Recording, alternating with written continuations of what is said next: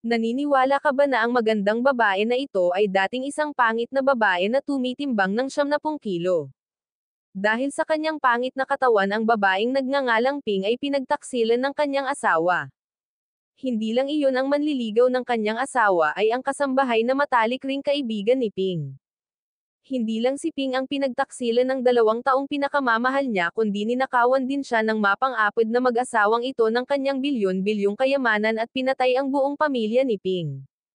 Kaya ano ang gagawin ni Ping para makaganti sa mag-asawang nangalun niya? Hinangaan ng katulong na si Nisa ang kanyang amo na araw-araw ay binabad ang kanyang mga paa sa saffron. Kaya't nagpa siya si Nisa na magplano kasama ang kanyang kasintahang si Faye na kunin ang lahat sa kanyang amo. Una gumawa si Nisa ng pagkakataon para kay Faye at Ping na magkaroon ng isang romantikong pagkikita. Nagpanggap si Faye na umibig kay Ping nang magkita sila. Pagkatapos nagkusa si Faye na bigyan si Ping ng mga bulaklak para ipahayag ang kanyang nararamdaman. Sa loob lamang ng ilang araw at kalahati na paibig ni Faye si Ping.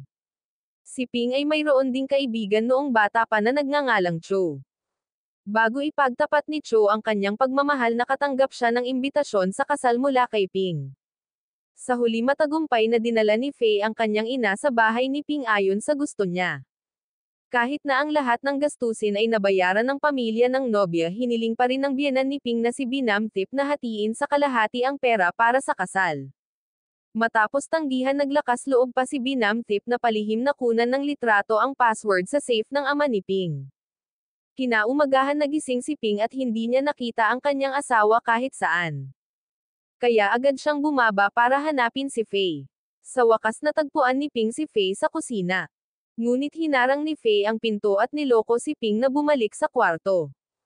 Ang kalaguyo ni Faye ang katulong na si Nisa ay nagtatago sa likod ng refrigerator puno ng takot ang kanyang mukha na matuklasan ng kanyang amo. Upang makuha ang mahahalagang halamang gamot sa bodega sinadyang sinunog ni Binamtip ang bodega. Pagkatapos ginamit ni Binamtip ang dahilan ng pag-apula ng apoy upang magbuhos ng tubig sa bodega. Nag-alala ang ama ni Ping na binauhaw ang mga halamang gamot kaya dali-dali nitong kinuha ang susi para buksan ang bodega para tingnan. Ito talaga ang gusto ni Binamtip. Mayroong lahat ng uri ng mahalagang halamang gamot sa bodega na nagpapula sa mga mata ni Binamtip sa pagnanasa. Alam ni Nisa ang schedule ng pagtulog ng ama ni Ping. Kaya naman madaling kinuha ni Nisa ang susi at nagnakaw. Sa parehong password at susi ang kailangan lang niyang gawin ngayon ay maghintay ng tamang sandali para kumilos. Nang lihim na masaya ang grupo ni Nisa lalong lumaki ang loob ng grupo ni Nisa. Pumunta si Binamtip sa kasino para malayang gumastos. Dahil dito nawala ni Binamtip ang lahat ng perang hiniram niya sa mga loan shark. Si Binamtip ay pinigil din ng mga loan shark. Sinamantala ni na Faye at Nisa ang bawat pagkakataon para kumapit sa isa't isa. Kaya naman hindi narinig ni Faye ang tawag ng kanyang ina sa telepono para humingi ng tulong. Kaya lumingon si Binamtip para hanapin si Ping. Pagkatapos ay nagdala si Ping ng pera sa kasino upang iligtas ang kanyang biyenan. Gayunpaman binyantaan si Ping ng may-ari ng kasino. Pinilit ng may-ari ng kasino si Ping na ibenta ang tindahan ng halamang gamot ng pamilya. Buti na lang at sumama kay Ping ang kanyang malapit na kaibigang si Cho. Pumasok si Cho para mamagitan sa usapin. Pagka-uwi ipinagpatuloy ni Binamtip si Ping na ibenta ang tindahan ng halamang gamot sa may-ari ng kasino. Nagalit si Cho at tumayo para protektahan si Ping. Nagalit si Binamtip at wala siyang magawa kaya nagsimula siyang lumaban. Mabilis na pinigilan ni Ping si Binamtip. Nagalit si Binamtip at sinubukang suntukin si Cho. Agad namang umiwas si Cho sa gilid. Si Binamtip ay likas na sumugod at tinamaan ang kahoy na shell. Nang pumunta si Ping upang tulungan si Binamtip dumating sina Faye at Nisa sa pinangyarihan. Nang marinig ang baluktot na kwento ni Binamtip hindi nasiyahan si Faye kay Ping. Kaya naman hindi na nag-abalang makinig si Faye sa paliwanag ni Ping at pinilit si Ping na humingi agad ng tawad sa ina ni Faye. Pagkatapos humingi ng tawad ipapaliwanag na sana ni Ping ang tungkol sa pagbabayad ng utang para kay Binamtip. Ngunit malamig na hamarang si Faye. Tumayo si Cho sa tabi niya nakaramdam ng awa at galit. Pero kung tutuusin outsider lang si Cho. Nakaalis lang si Cho na may hinanakit.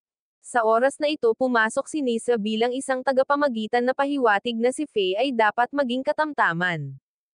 Hindi pa ito ang oras para lubusang bumaling sa isa't isa. Pagkatapos noon pumunta ang grupo ni Nisa sa isang tagong sulok at nagsimulang magplanong nakawin ang pera ni Ping. Sinamantala ang oras na ang pamilya ni Ping ay pupunta sa isang charity medical examination si Binamtip at ang mag-ina ni Nisa ay pumasok upang magnakaw ng mga mahahalagang halamang gamot sa bodega, hindi alam na narinig ng pulubi sa labas ang lahat.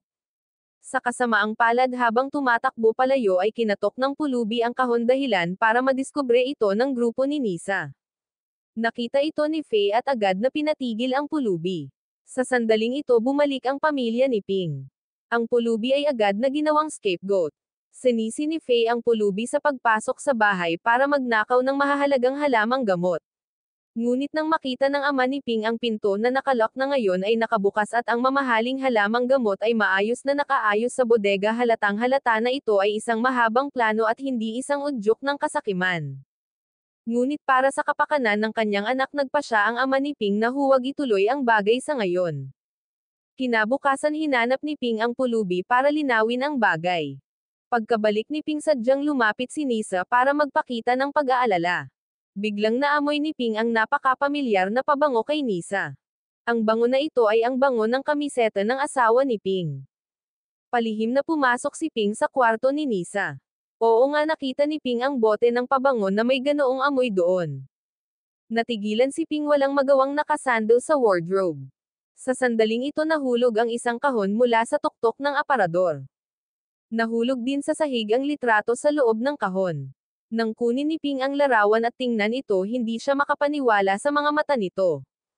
Ang magandang buhay na pinangarap ni Ping ay naging isang biro. Inulo ni Cho si Ping. Ang apurahang gawain ay ang hulihin ang mapangalon niya na mag-asawa at sipain sila palabas ng bahay. Ngunit sinong mag-aakala na ang mungkahing ito ay hindi sinasadyang papatayin ang buong pamilya ni Ping. Nang makitang hayagang naglalandian sina Nisa at Faye sa tindahan, nag-isip si Ping ng paraan para mahuli silang walang kwenta. At dahil sa kakaibang ugali ni Ping naghinala rin si Faye. Sa pag-aalala na ang sobrang pagkaantala ay magdudulot ng kawalan ng katiyakan, nagpa siya ang grupo ni Nisa na kumilos ng mabilis. Pagkatapos nito ipinaalam kay Nisa na ang pamilya ni Ping ay bibisita ng magkakamag-anak ng ilang araw. Sabik si Nisa na makita ang pamilya ni Ping. Pagkatapos nito agad na nagsimulang mag-impake ng mga halamang gamot ang grupo ni Nisa para ibenta sa may-ari ng kasino. Pero sinong mag-aakala na wala na ang pera at ang grupo ni Nisa ay binugbog pa ng may-ari ng kasino. Ang mga ibinenta ng grupo ni Nisa ay pawang mga expired, mababang kalidad. Ang may-ari ng kasino ay nalinlang at galit na gusto niyang patayin si Faye. Nangako si Nisa na babayaran niya ang pagkawala. Hiniling ni Nisa sa may-ari ng kasino na bigyan siya ng isa pang pagkakataon. Pagbalik niya sa bodega nakita ni Nisa na walang laman ang lugar. Mga litrato na lang ni Nisa at Faye ang natira. Sa oras na ito lumitaw din si Ping. Ang bagay ay malinaw na ngayon. Sinabihan ni Ping sina Nisa at Faye na umalis ng mag-isa. Walang kahihiyang hinabol siya ni Faye at humingi ng tawad kay Ping. Sinabi ni Ping sa kanyang ina na tumawag ng pulis. Sa gulat bumunot pa ng baril si Faye at pinagbantaan siya. Sa pagharap sa banta ni Faye, walang choice si Ping kundi sabihin sa kanila kung saan nakatago ang mga mahahalagang halamang gamot. Sa sandaling ibinaba ni Faye ang kanyang pagbabantay, lahat ay sumugod upang kunin ang baril. Biglang umalangaw-ngaw ang isang putok ng baril. Bumagsak ang ina ni Ping sa lupa. Natakot si Faye at napaupo sa lupa. Alam ni Nisa na ang sitwasyon ay lampas sa kaligtasan. Kaya kinuha ni Nisa ang baril at binyantaan ang lahat na huwag tatawag ng pulis. Kakauwi lang ng ama ni Ping nang marinig ang putok ng baril. Dahil sa sobrang takot, ang ama ni Ping ay nakatago lamang sa isang sulok at tahimik na nanunood. Sa sandaling ito bumalik din ang tauhan ng sambahayan na si Han. Sinabihan ng ama ni Ping si Han na mabilis na tumawag ng pulis. Sa hindi inaasahan, ang ama ni Ping ay malupit na inatake ni Han. Matagal na pala si Han na nasuhulan ni Nisa. Hindi na nakatiis ang pulubi at nag-ipon ng lakas ng loob para tumakbo patungo sa pinto. Ngunit ang pulubi ay hinayla pabalik ni Faye. Aksidenteng nataman ng pulubi ang kanyang ulo sa glass cabinet. Matapos ang isang malungkot na hiyaw, ang pulubi ay bumagsak sa lupa sa sakit. Sa oras na ito, natuklasan din ni Ping na ang kanyang ama ay nakahiga sa isang pool ng dugo. Nakiusap ang ama ni Ping kay Faye na iligtas si Ping alang-alang sa lumang panahon. Habang nag-aalangan si Faye kung ano ang gagawin, isang katok sa pinto sa labas ang nagudyok sa isang trahedya na mangyari. Dumating pala ang may-ari ng kasino para kunin ang mga paninda. Nang makita ang eksenang nawalan ng kontrol, walang pakialam ang may-ari ng kasino. Nang tumalikod na ang may-ari ng kasino para umalis, hinayla siya pabalik ni Nisa para humingi ng tulong. Sa ilalim ng pagkahumaling sa mga kondisyon ni Nisa, ipinakita ng may-ari ng kasino ang grupo ni Nisa. Iyon ay ang paghiram ng kamay ni Ping upang barilin muli ang ina ni Ping, pagkatapos ay iwanan ang mga epidermal cell ni Ping sa mga kuko ng ina ni Ping. Linisin ang eksena na iwan lamang ang katawan ng ina ni Ping at peke ang eksena ng pagpatay ng anak na babae sa kanyang ina at pagkatapos ay tumakas. Sa hindi inaasahang pagkakataon, nabulag ng pera ang grupong Nisa at talagang ginawa ang sinabi ng may-ari ng kasino. May puso si Faye na ilibing ng buhay ang pulubi si Ping at ang ama ni Ping. Sa kabila ng pakiusap ni Ping na iligtas ni Faye ang kanyang buhay bilang paggalang sa kanilang relasyon, hindi lang pinansin ni Faye ang sinabi ni Ping, paulit-ulit pa ring hinampes ni Faye ng crowbar si Ping. Pagkabalik, nagpanggap na natakot si Nisa at tumawag ng pulis. Sinabi ni Nisa kay Officer Leo na madalas makipag-away si Ping sa kanyang ina dahil madalas magnakaw si Ping ng pera sa batika. Matalino si Officer Liu sa pagtuklas ng maraming kaina-hinalang punto sa testimonya. Ngunit bigla sinabi ng superior kay Officer Liu na malinaw ang mga detalye ng kaso at hiniling kay Officer Liu na mabilis na mahatulan ng kasalanan. Kilala pala ng superior ni Officer Liu ang may-ari ng kasino. Gayunpaman, ang kasamaan ay parurusahan at ang Diyos ay may awa. Hindi inutil ang 70 kilo na timbang ni Ping. Bumangon si Ping mula sa libingan at dahan-daang lumabas ang isang braso mula sa lupa. Sa sobrang bigat, madaling gumapang si Ping mula sa makapal na layer ng lupa. Ngunit si Ping ay walang oras upang magsaya at magpasalamat sa Diyos dahil ang ama ni Ping at ang pulubi ay nakahiga pa rin sa libingan, hindi alam ang kanilang buhay. Sa isang sandali ng pagmamadali, naalala ni Ping si Uncle Trang na nakatira sa malapit. Pagkatapos ay ginamit ni Ping ang lahat ng kanyang lakas upang tumakbo sa bahay ni Uncle Trang upang ipaliwanag ang sitwasyon. Sa kabutihang palad, lahat ay nailigtas pa rin. Pinangunahan ni Uncle Trang ang mga tao upang iligtas ang ama ni Ping at ang pulubi. Mabuti na lang at nag-ingat si Tio Trang na huwag dalhin sa ospital si Ping at ang kanyang ama at ang pulubi. Sa halip, inimbitahan ni Uncle Trang ang isang pamilyar na doktor. Kinabukasan, hinatulan at hinanap ng pulisya si Ping at ang kanyang ama sa buong lungsod. Nang makita ni Ping ang balita, laking gulat niya.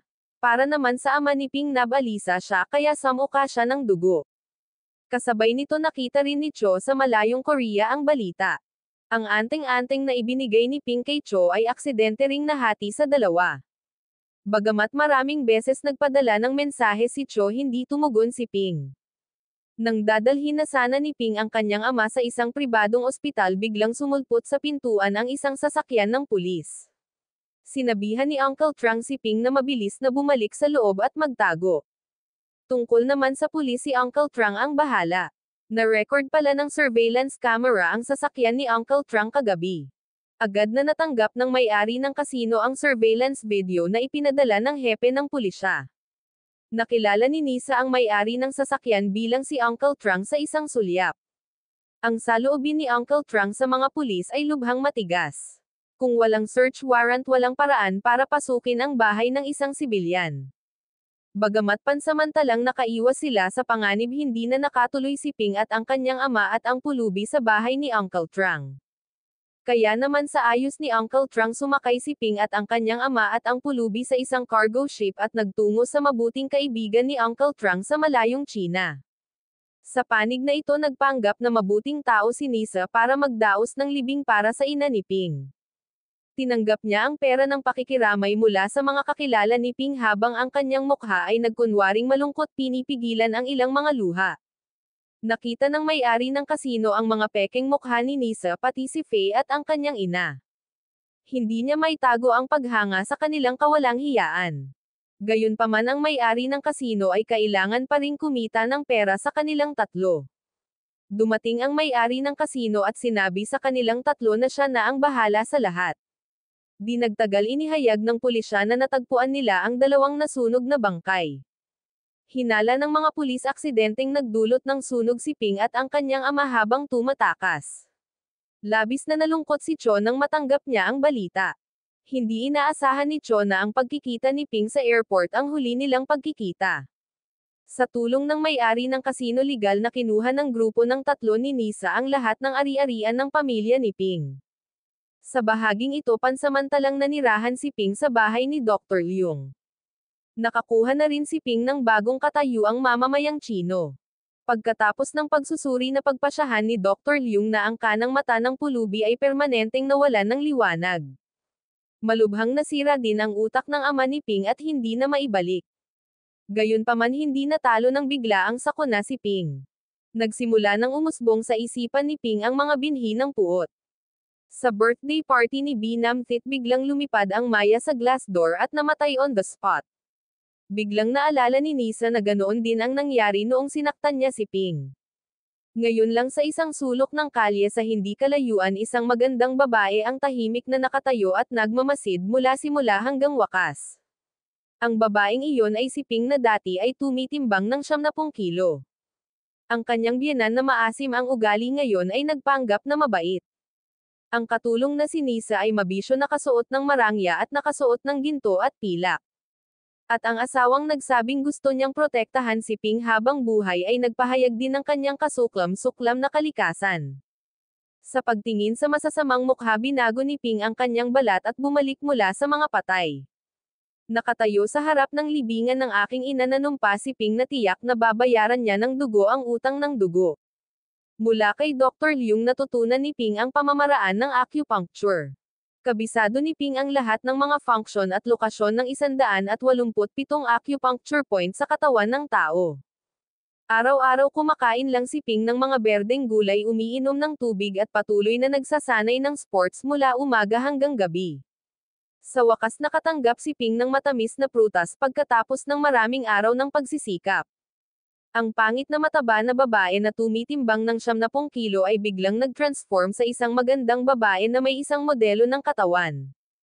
Kasabay nito ang pulubi ay nahulog sa isang patay na dulo determinadong matutunan ang lahat ng uri ng mga kasanayan sa pakikipaglaban. Ang kanyang mga kasanayan sa pagbaril ay naging mas mahusay din. Hinawi ng pulubi ang mahaba niyang buhok na tinubuan niya ng maraming taon. Sa isang iglap ang pulubi ay nagbagong anyo sa isang binata na may pambihirang kakayahan. Sa pagkakataong ito bumalik ang grupo ni Ping sa dating lupain ngunit may ganap na kakaibang pag-iisip. Iyon ay paghihiganti sa lahat ng mga gastos. Nakita ni Ping si Cho na pumunta sa libingan ng kanyang ina upang magsunog ng insenso. Ang mga damdamin ni Ping ay lubhang komplikado. Sumunod si Ping at natuklasan na nagbukas ng tindahan ng pansit si Cho. Lumabas na matapos malaman na pumanaw na ang ina ni Ping dumating si Cho upang guluhin ang kasal nina Faye at Nisa. Sa tuwing nami-miss ni Cho si Ping pupunta rin siya para magsunog ng insenso sa libingan ng pamilya ni Ping. Pagbalik sa kasalukuyan tiningnan ni Cho ang special order paper sa kanyang kamay. Sa hindi inaasahang pagkakataon ang customer na ito ay nagkaroon ng parehong kagustuhan sa pagkain gaya ni Ping. Biglang naalala ni Cho si Ping noong bata pa siya. Hindi napigilan ni Cho na pumunta para tingnan kung ano ang nangyayari. Biglang may nahulog na chopstick sa lupa. Nagkatinginan sina Cho at Ping. Nagulat si Cho sa pakiramdam ng kakaiba at pagiging pamilyar. Inaasahan talaga ni Cho na si Ping ang babaeng nasa harapan niya. Pinipigilan ni Ping ang kanyang mga luha. Ayaw ni Ping na makilala siya ni Cho at mahuli sa peligrosong planong paghihiganti na ito.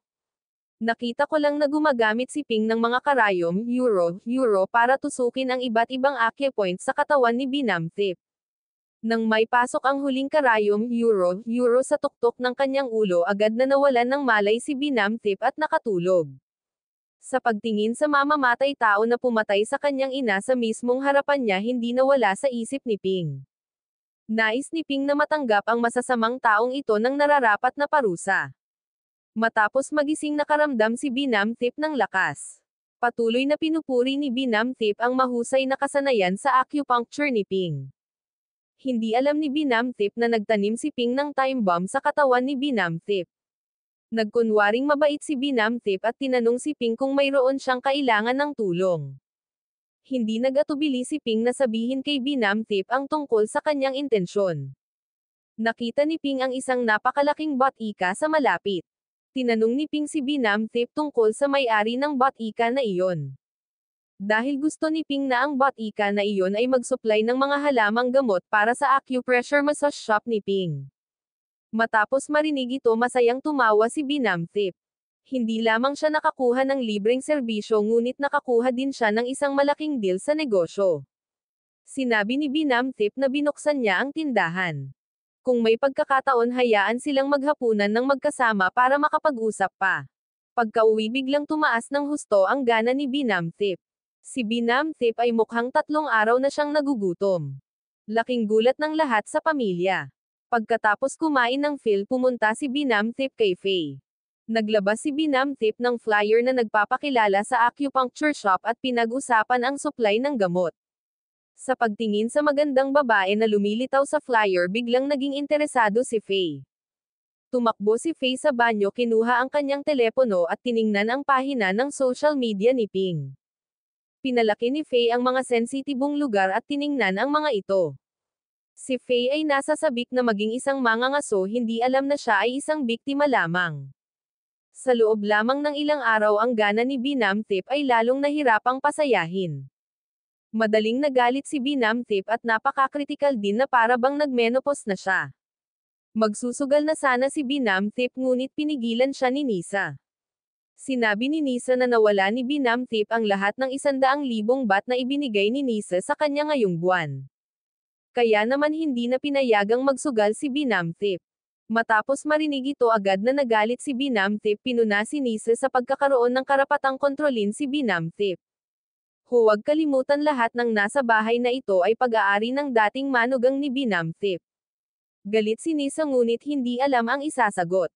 Biglang naisipan ni Binamthip na magpa-acupuncture ulit.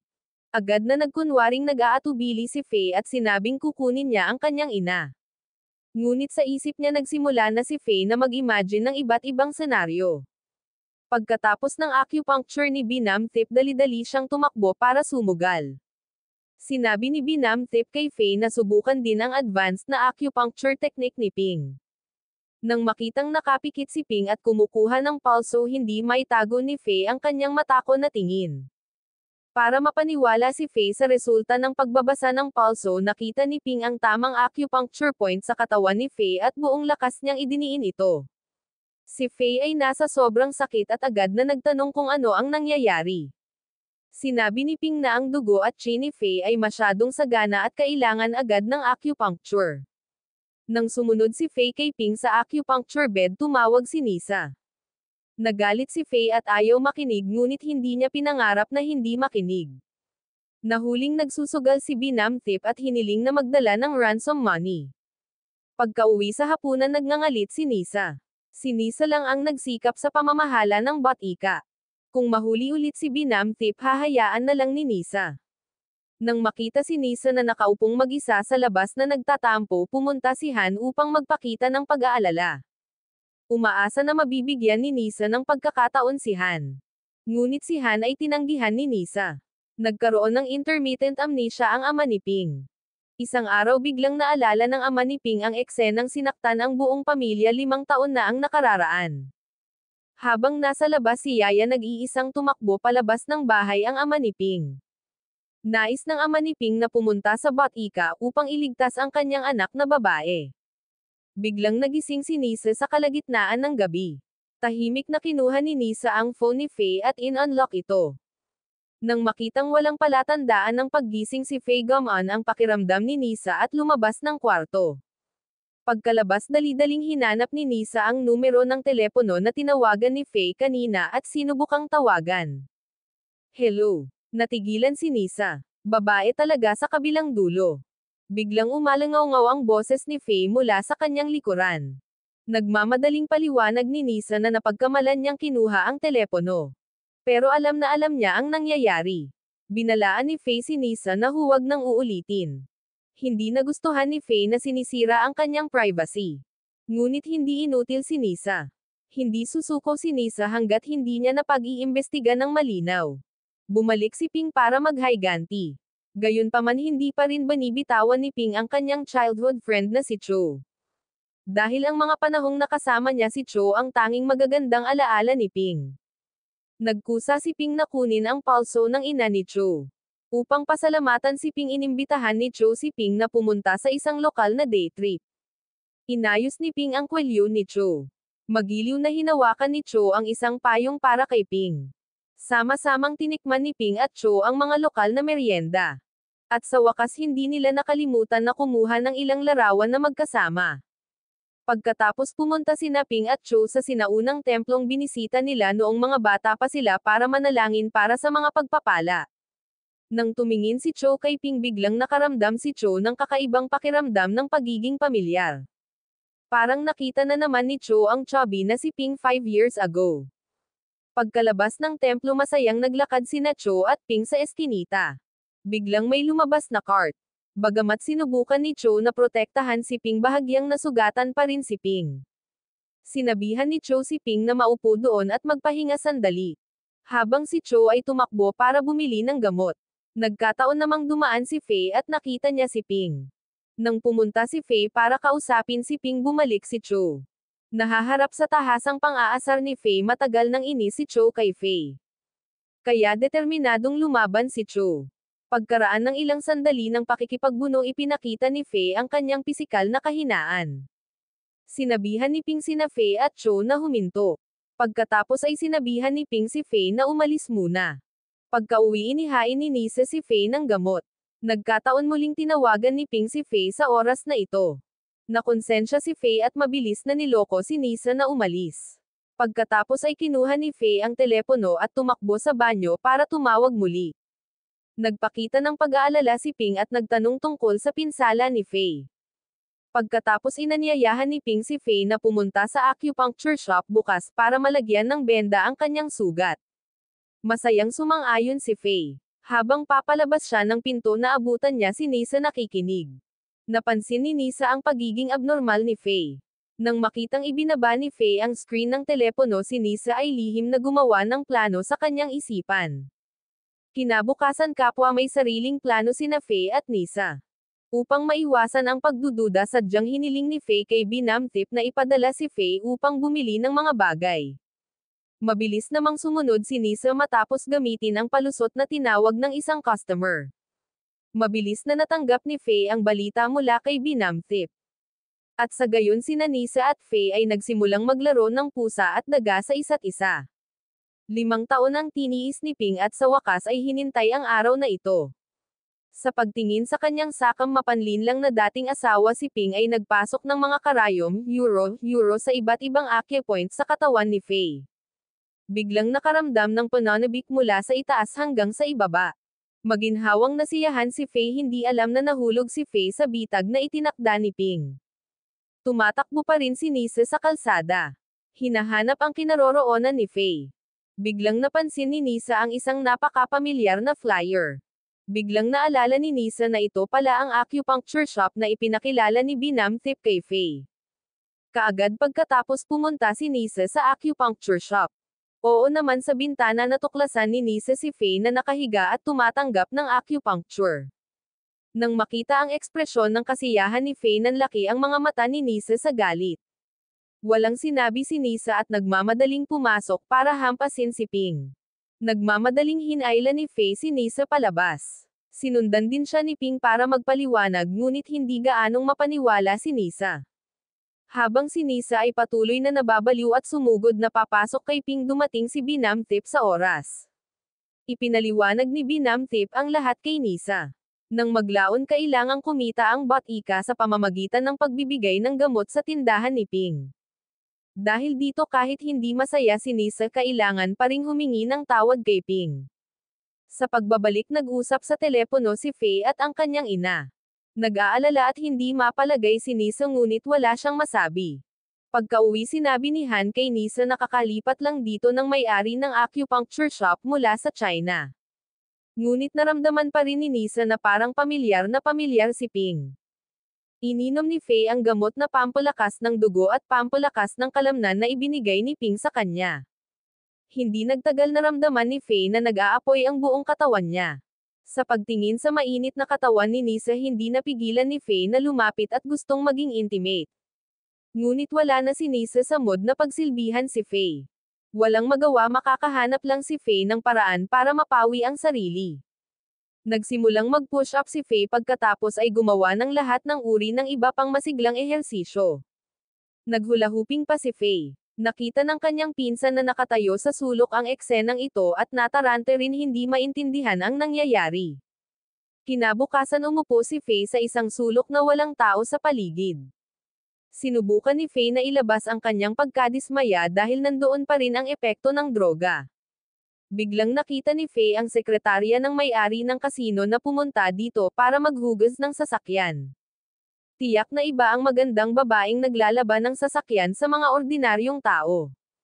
Nagbago siya mula sa paghuhugas ng kotse hanggang sa paghuhugas ng kanyang katawan. Aksidenteng nalaglag ng sekretarya ang espongha sa kanyang kamay. Hiniling ng sekretarya kay Faye na kunin ito para sa kanya. Nagsimulang kabahan si Faye hindi alam kung ito ba ay isang pagpapala o isang sumpa. Natuklasan ni Nisa ang mahabang hibla ng buhok sa kwelyo ni Faye. Nag-alala agad si Nisa. Pagkatapos ay tumakbo si Nisa kay Faye at tinawag siya pabalik. Pinulot ni Nisa ang hibla ng buhok at tinanong si Faye kung kaninong buhok iyon. Mahinahong sagot ni Faye na hindi niya alam. Halatang hindi ito pakakawalan ni Nisa. Kaya tinanong niya si Faye. Dahil sa maingay na argumento labis na hindi nasisiyahan si Binamthep. Sobrang nakakainis. Bakit magkagulo sa isang hibla ng buhok? Ang hindi alam ni Nisa ay ilang oras na ang nakalipas tinulungan ni Faye ang sekretarya na kumuha ng espongha. Akmang hahakbang pasulong si Faye at ang sekretarya biglang sumulpot ang may-ari ng kasino at hamarang. Ngunit sa impluwensya ng acupuncture at gamot hindi na talaga nakatiis si Faye. Hindi sinasadyang nakita ni Faye ang isang advertisement ng prostitution sa dingding. Habang tinatawagan ni Faye ang numero sa advertisement may humantong pulang kotse sa likod ni Faye. Gusto pala ng sekretarya ng may-ari ng kasino na isakay si Faye. Magiliw na ikinabot ng sekretarya ang seatbelt ni Faye. Isang tingin lang ay sapat na para makapagsabi ng 1,000 salita. At nangyari ang dapat mangyari. Pagkatapos umuwi si Faye at nagkaroon ng eksenang nakikipagtalo kay Nisa. Kinailangan ni Binamthep na pumagitna dahilan upang tumaas ang kanyang presyon ng dugo. Matapos mamulat pinuna ni Binamthep si Nisa. Dahil nagkagulo si Nisa muntik nang mapatalon si Binamthep sa kanyang kamatayan. Pinakiusapan din ni Binamthep si Nisa na huwag na siyang gumawa ng ganoong kaguluhan. Walang ideya si Binamthep na ito talaga ang resulta ng acupuncture ni Ping. Kaya pumunta si Binamthep kay Ping para sa acupuncture para makapagpahinga.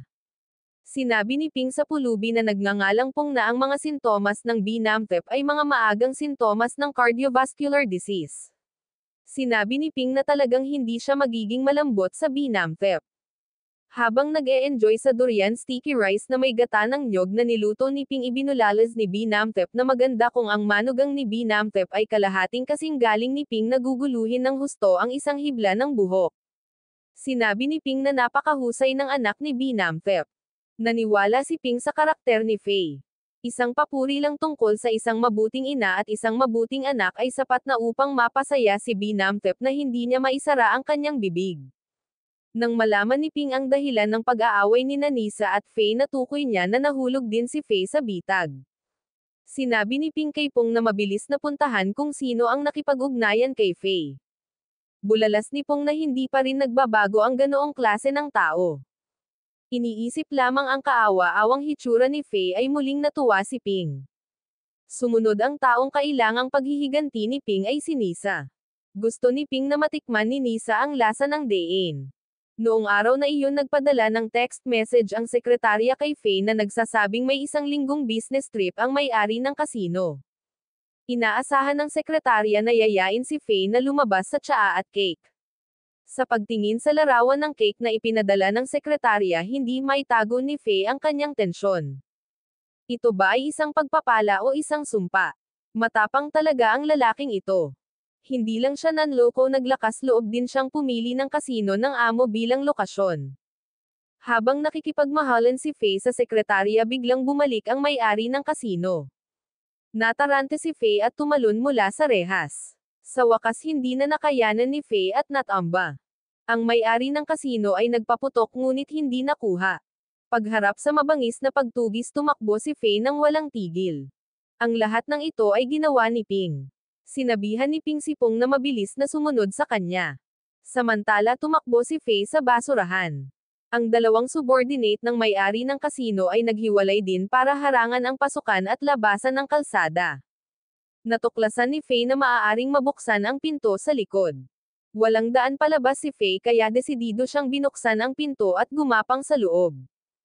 Hindi napansin ni Faye na may warning sign tungkol sa isang mabangis na aso sa bahay. Nakita rin ni Ping at Pong na nakatayo sa labas ang eksenang ito na walang nakikitang paggalaw sa mahabang panahon. Medyo naiinip si Pong, kaya kinuha ni Pong ang bakal na kahon sa tabi niya at itinapon iyon. Agad naging dog food si Faye. Marahil ay nagkaroon ng bisa ang acupuncture ni Ping. Si Faye ay puno ng enerhiya at sa wakas ay nakatakas. Ngunit sa kasamaang palad, si Faye ay natuklasan ng mga kampan ng may-ari ng kasino na nakakita ng isang piraso ng punit na duguan na damit sa lupa. Nang makita si Faye na iniligtas ni Nisa, ayaw ni Pong na makatakas si Faye ng ganoon. Pero may sariling plano si Ping. Nahulaan ni Ping na tiyak na pupunta si Faye kay Ping pagkatapos makagat ng aso. Sure enough, nang magmaneho si Nisa sa ospital, natuklasan niya na ang may-ari ng kasino ay nagpadala na ng isang tao na magbabantay sa pintuan. Nag-aatubili, walang choice si Nisa kundi pansamantalang umuwi. Matapos malaman ang katotohanan ng bagay, nagsimula ring makaramdam ng takot si Bin Amphib. Kapag nalaman ng may-ari ng kasino na ang taong nakipagrelasyon sa sekretarya ay si Faye, hindi na magiging mapayapa sina Bin Amphib at Nisa. Nang makitang lalong nahawa ang sugat ni Faye kasama ng mataas na lagnat na tumagal ng maraming araw, nag-aalalang biglang naalala ni Bin Amphib ang acupuncture shop ni Ping. Matapos suriing mabuti ang sugat ni Faye upang maunawaan ang sitwasyon, nagpanggap si Ping na walang alam. Pagkatapos tinanong ni Ping si Bin Amphib kung bakit nasugatan si Faye at hindi dinala sa ospital. Nagsinungaling si Bin Amphib na si Faye ay nakagat ng aso habang nailigtas ng isang bata. Bukod dito, mas pinagkakatiwalaan ni Bin Amphib ang mga kasanayang medikal ni Ping kaysa sa ospital. Oo naman, pagkatapos bigyan ni Ping ng acupuncture si Faye at lagyan ng gamot, bumuti ang sugat ni Faye. Ngunit hindi alam ni Bin Amphib na ang gamot ni Ping ay magdudulot ng iba pang sakit kay Faye. Iniisip kung paano magkakaroon ng pananakit ng ulo at pag-ubo ng dugo si Faye. Araw-araw naramdaman ni Ping na nailabas niya ang ilan sa kanyang galit. Sinabi ni Ping kay Pong na bantayang mabuti ang kasino ng may-ari ng kasino sa hinaharap. Siguro makakahanap siya ng breakthrough sa ebidensya doon. Oo naman, noong araw na iyon ay natuklasan ni Pong ang isang mahalagang figure. Ang hepe ng pulisya ang namamahala sa kaso, 5 taon na ang nakalilipas. Ang may-ari ng kasino noong panahong iyon ay nakatanggap ng isang mahiwagang pakete. Binuksan ito ng may-ari ng kasino at nakita ang isang kamiseta na may bahid ng dugo sa loob. Hindi ba ito ang floral shirt na suot ni Faye noong hinabol siya ilang araw na ang nakakaraan? Galit na galit ang may-ari ng kasino at agad na tinawag ang kanyang mga tauhan sa bahay ni Faye. Ito ay isang mahusay na paraan upang magdagdag ng gasolina sa apoy. Siyempre, ito ay inayos ni Ping. Noong gabing pumunta si Ping para gamutin ang sugat ni Faye, aksidenteng nadiskubre ni Ping na nahubad ang dagwang kamiseta. Nang kukunin na sana ito ni Ping, tinawagan siya ng pinsan ni Faye para magpasalamat. Pagtalikod niya ay mabilis na inihagis ni Ping ang sando sa sulok. Pagkatapos makipag-usap ni Ping sa pinsan ni Faye, yumuko na sana si Ping para kunin ang shirt nang lumitaw si Nisa at tinawagan si Ping para makipag-usap. Walang choice si Ping kundi umalis muna. Buti na lang at hindi nadiskubre ni Nisa ang sando sa sulok. Upang maiwasan ang labis na pagkaantala ay nagdudulot ng kawalan ng katiyakan, ginamit ni Ping ang dahilan ng muling pagsusuri upang bumalik sa bahay ni Faye kinabukasan. Gayunpaman hindi mahanap ni Ping ang kamisete sa sulok. Nang yumuko si Ping para hanapin ang sando nahuli siya ng pinsan ni Faye. Pagtalikod niya naglabas si Ping ng barya sa kanyang bulsa at nagkunwaring pinulot ang nahulog na barya. Kaya matagumpay na naloko ni Ping ang pinsan ni Faye. Pagkatapos noon tinanong ni Ping ang sando na suot ni Faye nang makagat siya ng aso. Naghinala kasi si Ping na ang kamiseta ay may mga mikrobyo na kumakalat sa buong pamilya. Labis na natakot ang pinsan ni Faye nang marinig iyon. Nang sasagutin na sana ng pinsan ni Faye si Ping na nasa trash bag ang sando biglang sumulpot si Nisa na hamarang sa pinsan ni Faye. Galit na itinaboy ni Nisa ang pinsan ni Faye. Pagkatapos sinabi ni Nisa kay Ping na kahit na ang shirt ay naglalaman ng mga mikrobyo ito ay hindi bagay ni Ping. Pagdating niya sa pinto nakita ni Ping ang trash bag na itinapon ng pinsan ni Faye. May biglang pumasok sa isip ni Ping. Sa wakas nakita ni Ping ang kamisete ni Faye sa trash bag.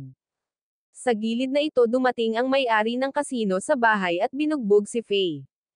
Gustong magpaliwanag ni Nisa ngunit nasuntok siya ng may-ari ng kasino.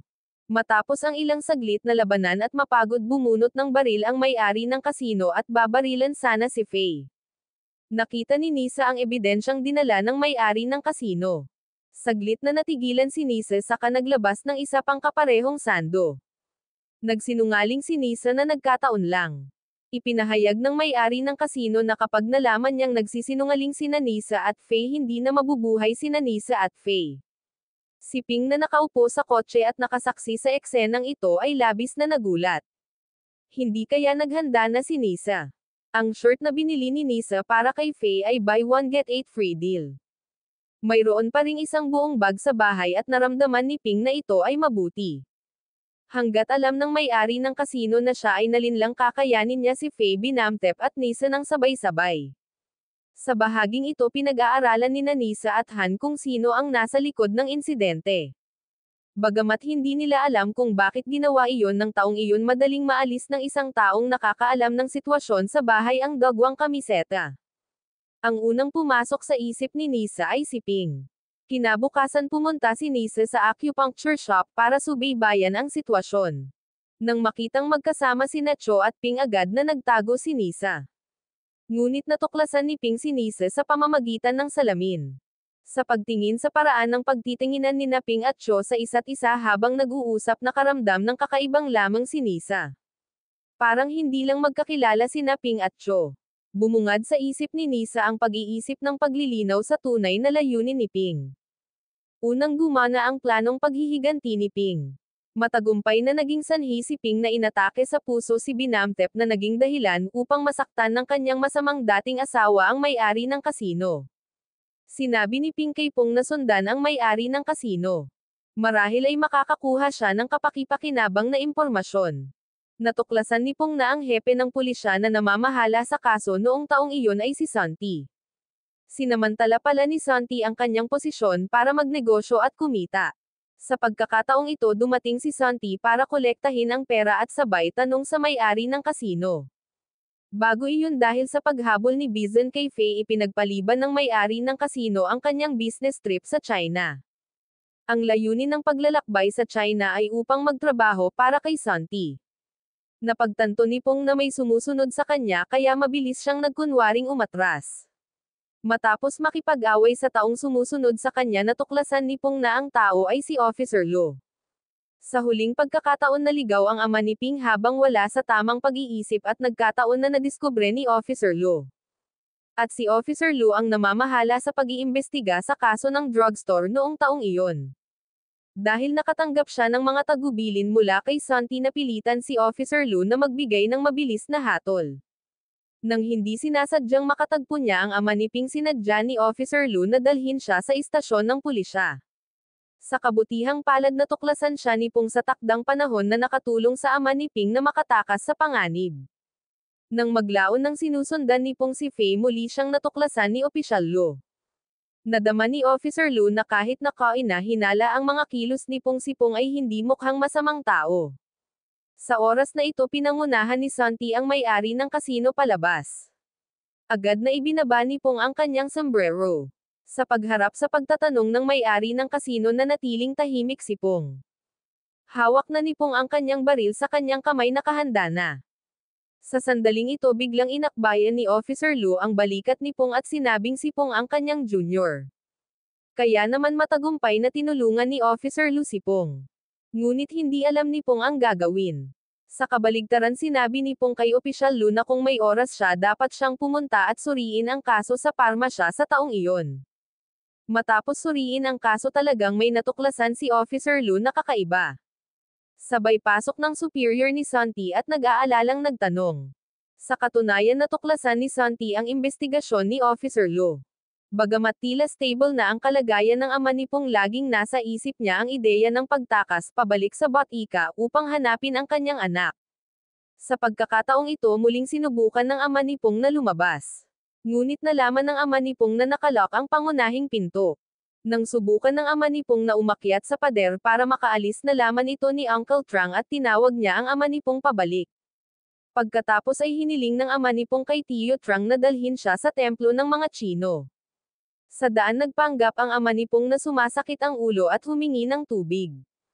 Bumaba si Uncle Trang sa sasakyan para bumili ng tubig, ngunit napagtanto niyang nakalimutan niyang magdala ng pera. Nang lumingon siya nakita niya ang tatay ni Pong na nakayuko. Nagkataon na sa sandaling ito ay dumating din doon si Cho at ang kanyang ina.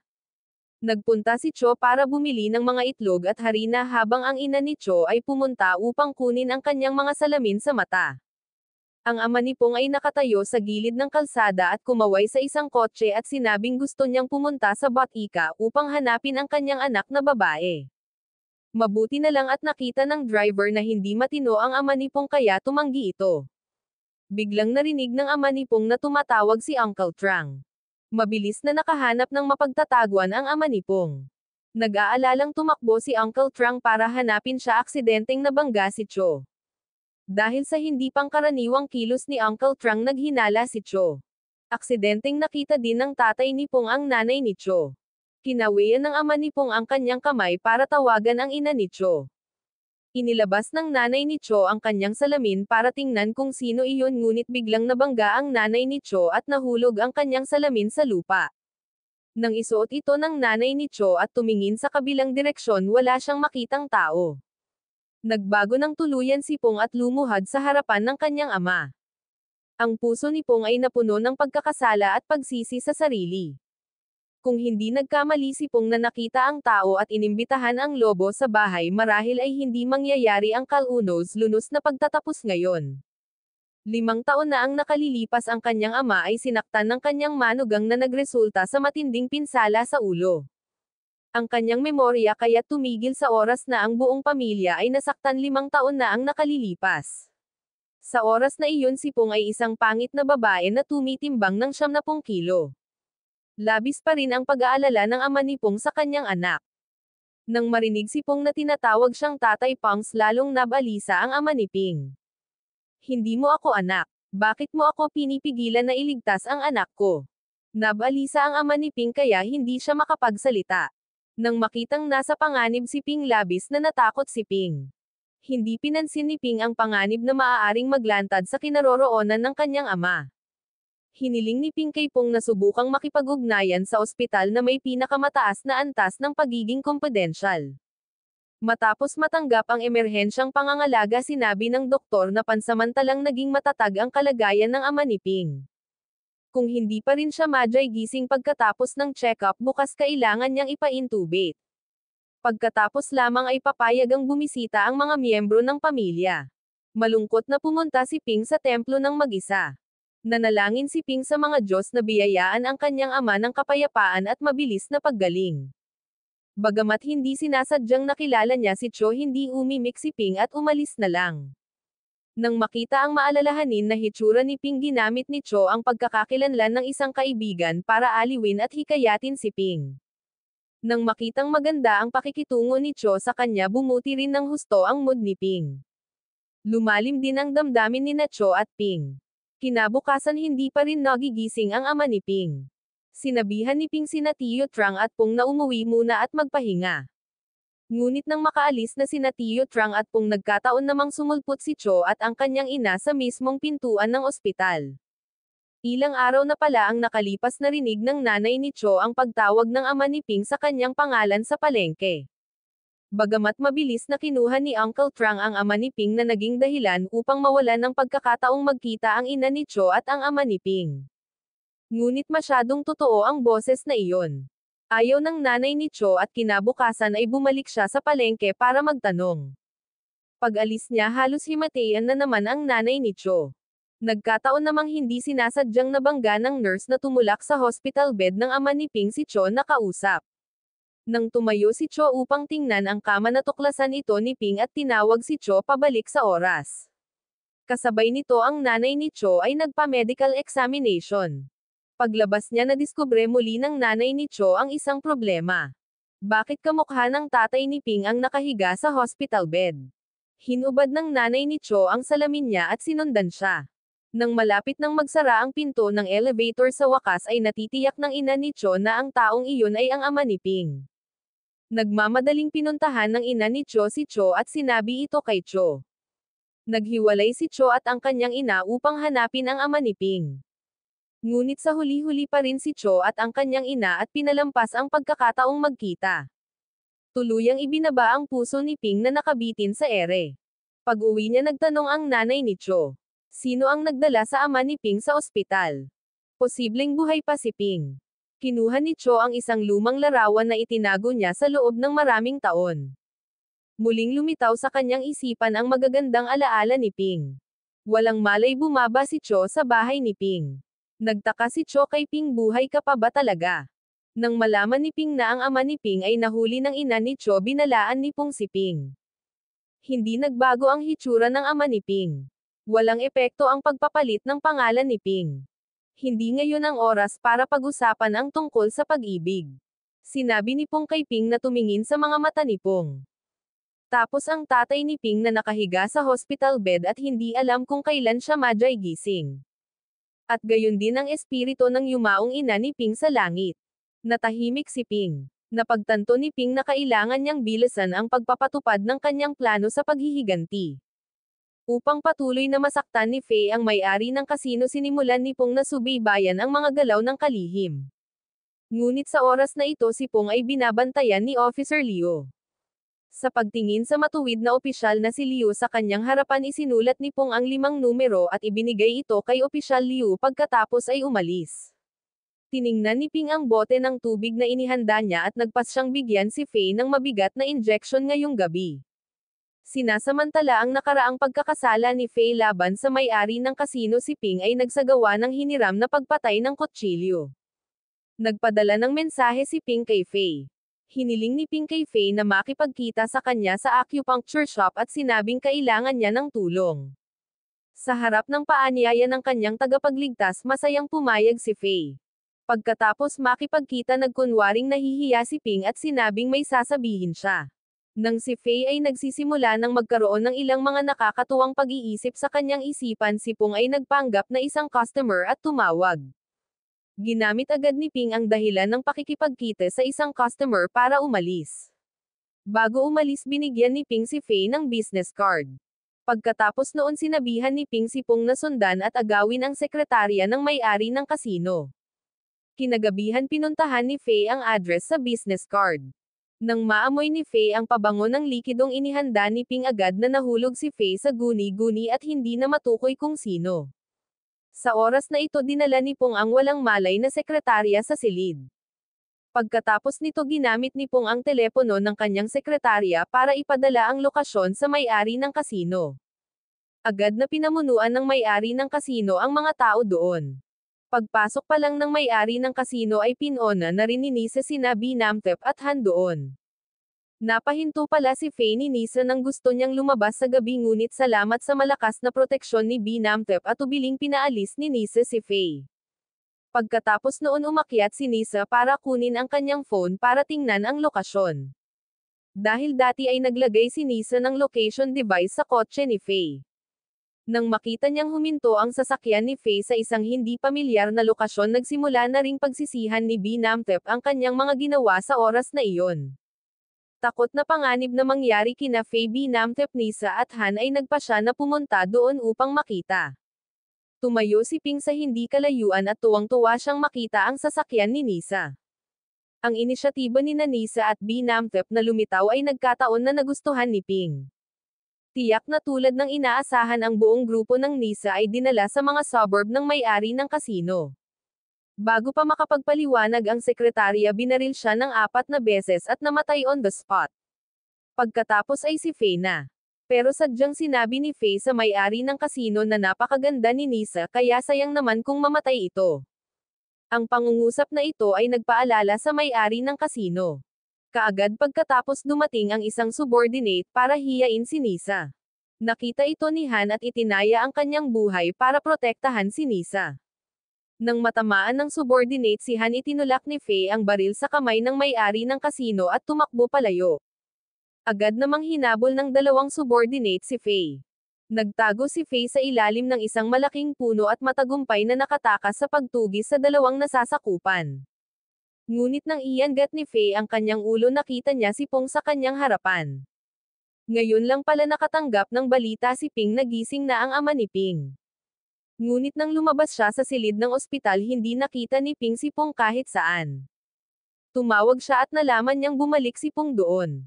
Ang isa ay upang harapin ang mga kaugnay na ebidensya at ang isa pa ay nais ni Pong na patayin si Faye gamit ang kanyang sariling mga kamay. Walang sinabi si Pong at pinagpatuloy ang pagsuntok kay Faye. Pagkatapos ay itinuro ni Pong ang kanyang mga mata at sinabing ito ay regalo mula kay Faye. Ngayon ipapaalam ni Pong kay Faye kung ano ang ibig sabihin ng pagbabayad ng utang ng dugo gamit ang dugo. Pagkatapos sabihin iyon patuloy na sinuntok ni Pong ang kanang mata ni Faye. Sa wakas naalala ni Faye na si Pong ang pulubi noong taong iyon. Napagtanto din ni Faye na ang may-ari ng acupuncture shop ay ang pangit na 70 pound na si Ping. Ang nangyari noon ay pawang planong paghihiganti ni Ping. Sa kasamaang palad nalaman ito ni Faye huli na nang ilabas ni Pong ang kanyang baril at naghanda upang tapusin si Faye. Sa hindi inaasahang pagkakataon dumating din dito ang compound ng may-ari ng kasino. Nahuli si Pong at binaril sa tiyan ng nasasakupan. Dahil sa sobrang sugat niya makatakas lang si Pong. Kailangang hulihin ng nasasakupan si Faye kaya hindi na niya hinabol si Pong. Nang makitang bumalik si Faye nagalit muli ang may-ari ng kasino at marahas na binugbog si Faye. Sa sobrang sakit ni Faye ay umiyak siya at sinabing bumalik si Ping para maghiganti sa kanila. Pero parang walang pumapansin sa sinabi ni Faye. Akala ng lahat ay gumagala lang si Faye. Dahil ayaw nang marinig ang mga ramblings ni Faye naghanda ang may-ari ng kasino na barilin at patayin si Faye. Nang makita ito sumugod si Binamthep at itinulak ang may-ari ng kasino sa mismong butas. Nakita ito ng nasasakupan at sinampal ng masakit si Binamthep. Pagkatapos nito tumalon ang nasasakupan sa butas upang makita kung ano ang kalagayan ng may-ari. Noon lang ay kinalaigan ni Nisa ang kanyang mga kamay. Dumampot ng pala si Nisa at ibinagsak ang natitirang nasasakupan. Nang makita ito umakyat ang lalaki kanina para labanan si Nisa ngunit sinipa ni Han at bumagsak sa lupa. Sinamantala ni Nisa ang pagkakataon para saktan siya muli. Pagkatapos noon inihagis ni Nisa ang pala at pinulot ang kanyang baril. Tuloy-tuloy na pinaputukan ni Nisa ang nasasakupan ng may-ari ng kasino para tapusin ang laban. Sa gilid na ito tinamaan ng bala si Pong at tumakbo sa gilid ng kalsada. Buti na lang at nagkataon na nakilala ni Pong si Cho. Dahil mapilit si Pong lang ang madadala ni Cho sa acupuncture shop. Nang makitang nabaril si Pong at nakoma agad na pinigilan ni Ping si Cho na nagbabalak na magsumbong sa pulis at sinabing si Ping na ang bahala sa lahat. Bagamat naghinala si Cho sa hindi pangkaraniwang reaksyon ni Ping nagpasya pa rin siyang sundin ang mga salita ni Ping. Sa panig na ito ang sitwasyon ni Faye ay hindi masyadong optimistiko. Bagamat nailigtas si Faye pagkatapos ng emerhensyang paggamot dahil sa matinding concussion nawalan siya ng kakayahang magsalita at marahil ay nawalan pa ng kakayahang gumalaw ng tuluyan. Tiningnan ni Nisa ang lalaking minahal at pinoprotektahan niya ng buong puso sa loob ng mahabang panahon. Kasabay nito ang pag-alala kay Faye at sa kawalang interes ng kanyang ina noong nasa panganib si Nisa. Sa huli si Han lang ang nagbuwis ng buhay para protektahan si Nisa. Nagsimulang mag-alinlangan ang puso ni Nisa. Pagkagising sinabi ni Pong kay Ping na alam na ni Faye ang tunay na pagkakakilanlan ni Pong at Ping. Nagulat si Ping nang marinig iyon. Pero ilang beses lang napag-alitan ni Ping si Pong dahil tapos na ang lahat. Ang mahalaga ay hindi pa rin alam ni Ping ang nangyari kagabi. Sa oras na ito tumawag si Uncle Trang mula sa ospital. Sinabi ni Uncle Trang kay Ping na pagkatapos na bangungot ang ama ni Ping at magising na bawi ng utak ng ama ni Ping ang karamihan sa kanyang mga alaala. Sa kasalukuyan mas matatag ang kalooban ng ama ni Ping. Upang maiwasang magkaroon ng gulo agad na iniuwi ni Ping ang kanyang ama. Bumalik si Pong sa kagubatan upang kumpirmahin kung ang iba ay patay na o hindi. Sa hindi inaasahang pagkakataon nauna si Cho. Natuklasan din ni Cho ang mga mantsa ng dugo sa mga sanga ng puno at mga basyo ng bala sa lupa. Nang makita niya si Pong doon ay agad na nagtago si Cho. Pagkatapos sinundan ni Cho si Pong sa isang vilya. Nang makita ni Cho si Ping at Uncle Trang na sabay na lumitaw ang kanyang pag-usisa ay nagtulak sa kanya na umakyat sa pader at pumasok sa loob para mag-imbestiga. Sa hindi inaasahang pagkakataon si Cho ay nahuli ni Pong. Tinanong ni Cho sina Uncle Trang at Ping kung ano ang kanilang ginagawa, talagang huwag gumawa ng anumang bagay na labag sa batas. Sa harap ng mataas na posibilidad na malantad inilabas ni Pong ang kanyang baril at babarilan sana si Cho ngunit pinigilan ni Ping. Pinaalalahanan ni Ping si Pong na huwag mabalisa. Hayaang si Ping mismo ang humawak nito. Sinabi ni Ping kay Cho na huwag sabihin kahit kanino ang nakita niya ngayon. Kahit ang ina ni Cho. Hindi maintindihan ni Cho kung bakit kinailangan itong itago ni Ping. Umalis si Cho sa malalim na pagkabigo. Si Ping ay parehong malungkot at nasaktan ngunit kailangan niyang itago ang lahat. Dahil wala pa ring ideya ang grupong Nisa kung sila ay buhay o patay, ang panganib na malantad ang pagkakakilanlan ni Ping ay umiiral pa rin. Bukod dito kailangan pa rin ni Ping na maghanap ng ebidensya para patunayan ang kanyang pagiging inosente. Kumuha si Ping ng isang higanteng karayom. Pagkatapos ay sinaksak ito ni Ping sa ulo ng kanyang nakarete na dating asawa. Sa wakas ay nakuha na ni Fei ang kanyang kabayaran. Ngayon si Fei ay naging pailay, hindi makapagsalita o makagalaw. Ang isip lang ni Fei ang normal pa rin. 5 taon na ang nakalipas, pinatay ni Fei ang buong pamilya ni Ping. Ngayon ay gagawin ni Ping na mas masahol pa sa kamatayan ang buhay ni Fei. Galit na inilabas ni Ping ang kanyang kahihiyan at galit. Gusto ni Ping na maranasan ni Fei ang sakit na katulad ni Ping. Kaya bakit nahulog si Fei sa mga kamay ni Ping? Lumalabas na salamat sa mga file na naiwan ni Pong, natuklasan ni Officer Liu ang maraming kaina-hinalang punto sa kaso noong taong iyon. Sa pagkakataong ito may kaugnayan sa Batika ang tama ng baril ni Fei. Nang tanungin ni Officer Liu si Nisa tungkol sa mga pahiwatig na may kaugnayan sa kaso, biglang lumitaw ang kanyang superior na si Santi at sinabing gusto niyang personal na pangasiwaan ang kaso. Upang maiwasang mailantad ni Santi ang kaso, 5 taon na ang nakalilipas, napilitan si Santi na tulungan ang grupo ni Nisa na alisin muli ang kanilang mga hinala. Nang maglaon hinanap ni Officer Liu si Santi para magtanong tungkol sa progreso ng investigasyon. Pero gumawa ng dahilan si Santi para sumagot. Hindi nasiyahan si Officer Liu kaya iniuwi niya ang file para imbestigahan ang sarili. Nalaman ito ni Pong kaya nagpanggap siyang nasugatan at sumakay sa kotse ni Officer Liu. Habang nasa sasakyan kinunan ni Pong ng litrato ang record ng paggamot ni Fei para sa tama ng baril. Nang matanggap niya ang balitang hindi patay si Fei, nag-alala si Ping kung nalantad na ba ang kanyang pagkakakilanlan o hindi. Sa oras na ito ang pinsan ni Fei ay pinagkatiwalaan ni Bin Emthep na hanapin si Ping. Nakiusap ang pinsan ni Fei kay Ping na iligtas si Fei. Naghinala si Pong na isa itong bitag kaya pumunta siya doon kasama si Ping. Pero ang hindi alam ni Ping ay tuluyan nang nagbago si Nisa na nasaktan ni Fei. Hindi na nakaramdam ng sakit si Nisa nang makita ang kaawa-awang hitsura ni Fei. Hindi lang inaabuso ni Nisa si Fei habang kumakain, ang ugali ni Nisa kay Bin Emthep ay hindi na gaya ng dati. Ang paglubog ng araw ay nagpabatid kay Bin Emthep sa posibleng panganib kaya naisip ni Bin Emthep si Ping. Umaasa si Bin Emthep na ang kakayahan ni Ping sa acupuncture ay makapagpapagaling kay Fei. Matapos makilala si Ping, biglang natakot si Fei at patuloy na sumisigaw, ngunit maliban kay Fei sinong makakapag-isip na ang Ping na nasa harapan nila ay ang pangit na 70 kilom na mataba na babae mula noong nakaraang 5 taon. Pagkaalis ng lahat sinabihan ni Ping si Pong na lumabas at magbantay. At pagkatapos ay nangyari ang eksena ng pagmamaltrato ni Ping kay Faye. Nasaksihan ni Nisa ang nangungunang kakayahan ni Ping sa acupuncture gamit ang kanyang sariling mga mata. Ayaw ni Nisa na gumaling si Faye at lalong hindi gustong bumalik sa dati. Galit na sinumpa ni Nisa ang mga lalaki bilang isang grupo ng mga walang kwentang tao. Alam ni Han ang sitwasyon at hindi niya maitago ang kanyang pag-aalala. Sinabi ni Han na hindi lahat ng lalaki ay katulad ni Faye. Nang makitang galit si Nisa talagang nalungkot si Han. Ang pagpapakita ng pag-aalala ni Han sa pagkakataong ito ay tinanggap din ni Nisa. Sa kasamaang palad ang eksenang ito ay nakita ni Ping. Pumasok si Ping sa kusina at nalaman niyang nagpapakulo ng gamot ang pinsan ni Faye para kay Nisa. Kaya't sadyang pinagtripan siya ni Ping at natapon ang gamot. Pagkatapos ay sinabi ni Ping na tutulungan niya ang pinsan ni Faye na magpakulo ng bagong gamot. Ang espesyal na gamot ay syempre para sa mga espesyal na tao. Si Ping ay bihasa sa medisina. Nagdagdag siya ng ilang mahiwagang sangkap. At saka nasaksihan ni Ping ng sarili niyang mga mata ang pag-inom nito ni Nisa.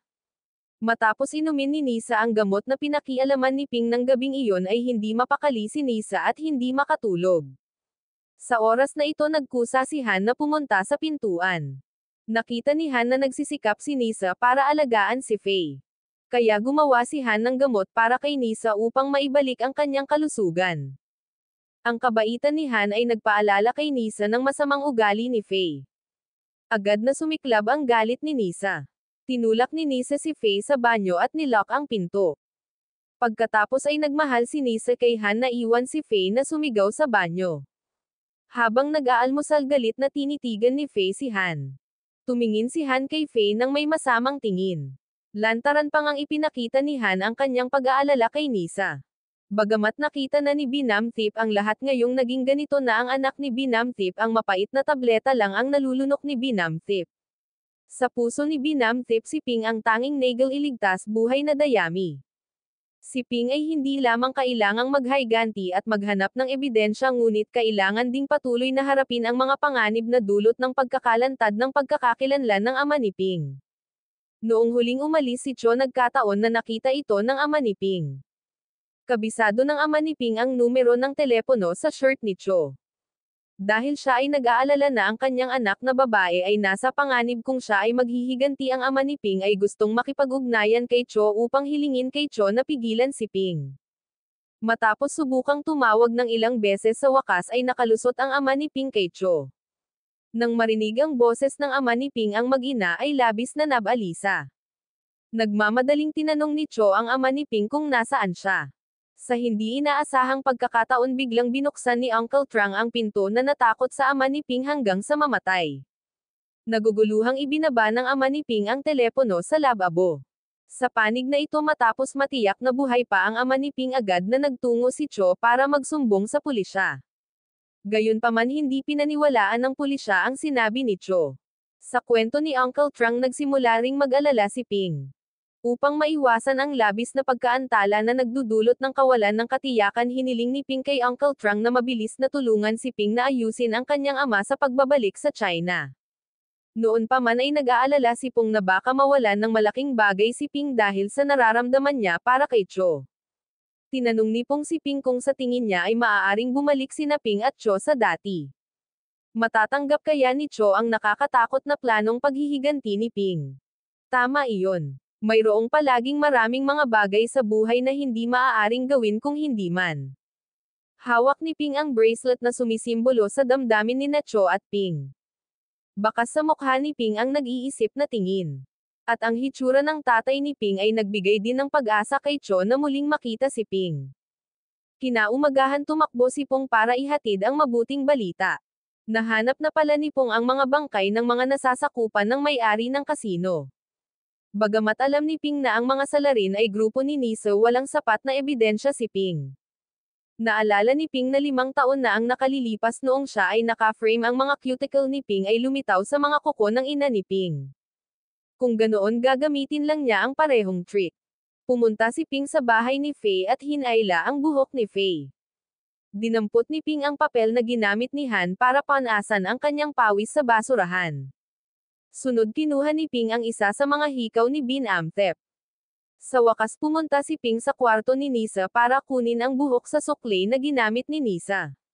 Ngunit nang aalis na si Ping ay naabutan siya ni Nisa. Agad na nag-away sina Ping at Nisa. Sa kabutihang palad dumating si Bin Amtep sa oras upang pansamantalang lutesin ang usapin. Patuloy na hinarap ni Bin Amtep si Nisa na lalong ikinagalit ni Nisa. Kinagabihan sinadya ni Ping si Bin Amtep na makipagkita sa kanya ng pribado sa harap mismo ni Nisa. Sinabi ni Ping na nang suriin niya ang katawan ni Faye natuklasan niya ang mga palatandaan ng pag-abuso kay Faye. Kaya naman pumunta si Ping sa kwarto ni Nisa para maghanap ng mga clue. Sa loob nakita ni Nisa si Bin Amtep na papalabas kasama si Ping. Nagkataon na wala rin sa bahay ang pinsan ni Faye. Nadama ni Nisa na ito ay isang kaloob na pagkakataon. Kaya pinilit ni Nisa at Han si Faye na ituro ang papel ng paglilipat ng ari-arian. Walang nagawa si Faye kundi ang magalit at umiyak. Pagkabalik ni Bin Amtep nakita niya si Faye na malungkot na nakaupo sa sulok. Alam ni Bin Amtep ang lahat sa pamamagitan ng mga tango ni Faye. Dahil sa galit sinampal ni Bin Amtep si Nisa. Sa hindi inaasahang pagkakataon ng ahas si Nisa na sampelan si Bin Amtep ng 3 beses bilang ganti. Dumyugo si Bin Amtep sa kanyang bibig at bumagsak sa lupa. Si Bin Amtep ay natarante hindi makapaniwala sa kanyang mga mata. Naglakas loob si Nisa na tretuhin ang anak ni Bin Amtep at naglakas loob pa itong hampasin si Bin Amtep. Sinabi ni Nisa kay Bin Amtep na alalahanin ang pakikitungo ng kanyang anak kay Nisa. Galit na sinabi ni Bin Amtep kay Nisa na lumabas kaagad ng bahay. Pero sabi ni Nisa ang dapat makaalis ay si Bin Amtep. Pagkatapos kinaladkad ni Nisa si Bin Amtep sa sala. Sinabi ni Nisa na ang bahay na ito ay kay Nisa na. Ang anak ni Bin Amtep ay nagbigay na rin ng kanyang pahintulot. Alam talaga ni Nisa na kahit alam ni Bin Amtep na napilitan si Faye hindi naglakas loob si Bin Amtep na isumbong ito sa pulis. Pagkatapos sinabi ni Han na sa nakalipas na 5 taon pinaghirapan ni Nisa at Han ang pagtatayo ng Batika. Kung hindi dahil kina Nisa at Han malamang na hindi mababayaran ni Faye ang gamot. Walang magawa si Bin Amtep kundi humingi ng tawad kay Nisa para sa kanyang anak. Gayunpaman tumanggi pa rin si Nisa na bumitaw. Inutusan ni Nisa si Bin Amtep na lumuhad at humingi ng tawad kay Nisa. Umupo si Faye sa tabi niya at sumigaw ng galit pero wala siyang magawa. Napilitan si Bin Amtep sa bingit ng kamatayan. Kaya naman nagtitiis at lumuhad na lang siya sa harap ni Nisa. Sa kalagitnaan ng gabi pumunta si Ping sa mga suburb kung saan walang mga surveillance camera. Pagkatapos nito sinabihan ni Ping si Pong na hilahin ang mga body bag ng mga tauhan ng may-ari ng kasino pababa mula sa ball at isa-isang ilagay ang mga nakolektang ebidensya sa 4 na body bag. Pagkatapos nito ang kailangan na lang nilang gawin ay maghintay na mahanap ng pulisya ang mga bangkay at magsimula ng investigasyon. Sa panig na ito hindi sumuko si Cho sa paghahanap sa ama ni Ping. Nagtaka si Cho kung paano nakuha ng ama ni Ping ang numero ng telepono ni Cho.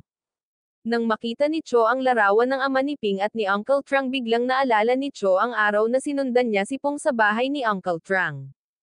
Ang sando na suot ni Cho noong araw na iyon ay ang nakaprint na numero ng telepono ni Cho. Nagsimulang maghinala si Cho na maaaring alam ni Uncle Trang ang kinaroroonan ng ama ni Ping. Kaya pumunta si Cho at ang kanyang ina sa bahay ni Uncle Trang. Ngunit patuloy na tumatawag si Cho at ang kanyang ina. Pero walang dumating para buksan ang pinto. At si Tio Trang ay sadyang nagtatago sa bahay upang maiwasan si Cho at ang kanyang ina. Walang magawa walang choice si Cho at ang kanyang ina kundi pumunta sa acupuncture shop para hanapin si Ping. Sinabi ni Cho kay Ping na may mahalagang bagay na kailangan niyang hanapin si Uncle Trang at umaasa na masasabi ni Ping kay Cho kung paano kukontakin si Uncle Trang. Si Ping ay natural na sinubukang tumanggi. Sinabi ni Ping na wala siyang kapangyarihan. Pagkatapos pumunta muli si Cho at ang kanyang ina sa istasyon ng pulisya. Inilagay ng ina ni Cho sa isang sobra ang larawan nila ng ama ni Ping. Ngunit aksidenteng natangay ito ng ina ni Cho sa hangin.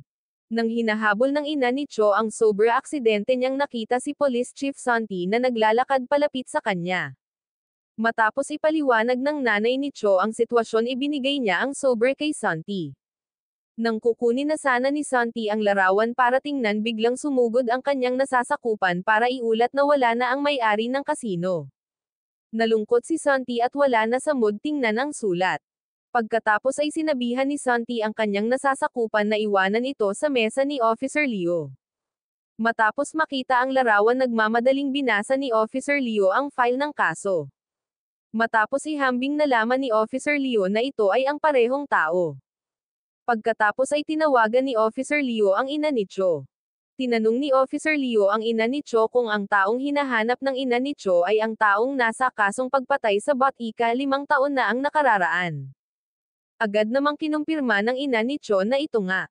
Sa kabilang banda, natagpuan ng babaeng empleyado ng tindahan ng pansit ni Cho ang social media page ng nurse. Nadiskubre ng babaeng empleyado ang larawan ng nurse at Uncle Trang. Labis na nagalit si Cho matapos itong makita. Agad na tumakbo si Cho sa bahay ni Uncle Trang. Kasabay nito, inihatid ni Uncle Trang ang ama ni Ping sa paliparan at nakipag-appointment kay Ping upang doon magkita. Sa hindi inaasahang pagkakataon, nasa kalagitnaan pa lang si Uncle Trang. Nang pigilan siya ni Cho, kinuha ni Cho ang litrato at tinanong si Tio Trang kung buhay pa ang ama ni Ping. Hindi sumagot si Tio Trang, bagkus ay tinawag na lamang niya ang mga kapitbahay para itaboy si Cho. Ngunit nang bumalik si Tio Trang sa sasakyan, wala nang makita ang ama ni Ping. Agad na tinawagan ni Uncle Trang si Ping para ipaalam. Matapos malaman ang sitwasyon, alam ni Ping na malamang na pumunta ang kanyang ama sa Batika. Kaya nagmamadaling nagmaneho si Ping doon. Sa kasamaang palad, si Ping ay nahuli ni Cho at sinundan siya. Oo nga pala, nagpunta sa Batika ang ama ni Ping. Nang nagpapahinga ang tatay ni Ping sa gilid ng kalsada, nakita niya ang pinsan ni Faye na tinutulak si Faye sa paglalakad. Nang makita ni Faye ang ama ni Ping, nabalisa siya. Mabilis na bumalik ang pinsan ni Faye para kunin ang gamot. Ngunit hindi nakilala ng ama ni Ping si Faye. Pinalakas pa ng ama ni Ping si Faye bilang ganti. Sinabi ng tatay ni Ping kay Faye, "Huwag kang matakot sa akin. Kahit anong gawin mong mali, patatawarin kita." Isang casual na pangungusap lang ay tila naantig ang nahulog na tao. Bakas sa mukha ni Faye ang panghihinayang. Sa wakas, natagpuan ni Ping ang kanyang ama sa tapat mismo ng Batika. Sa pagkakataong ito, bumusina ng husto ang truck. Para makaiwas sa ama ni Ping, bumangga ang sasakyan sa isang puno sa gilid ng kalsada. Biglang nahulog ang isang tangke ng gas na naglabas ng puting usok. Nagmamadaling tumakbo si Ping sa kanyang ama. Napukaw ng malakas na ingay ang atensyon ng mga tao sa paligid. Siyempre, kasama din nito si Nisa at Han sa Batika. Nang makitang lumitaw sa harapan nila ang taong inilibing nilang buhay, kapwa nagulat at nakanganga si Nisa at Han. Hindi makapaniwala si Nisa at Han sa nangyayari sa kanilang mga mata. Ngunit nang magkamalay si Nisa at Han, wala nang makita ang ama ni Ping. Nasagasaan din si Ping. Nakita ni Nisa ang balisa at naghahanap na hitsura ni Ping kung saan-saan.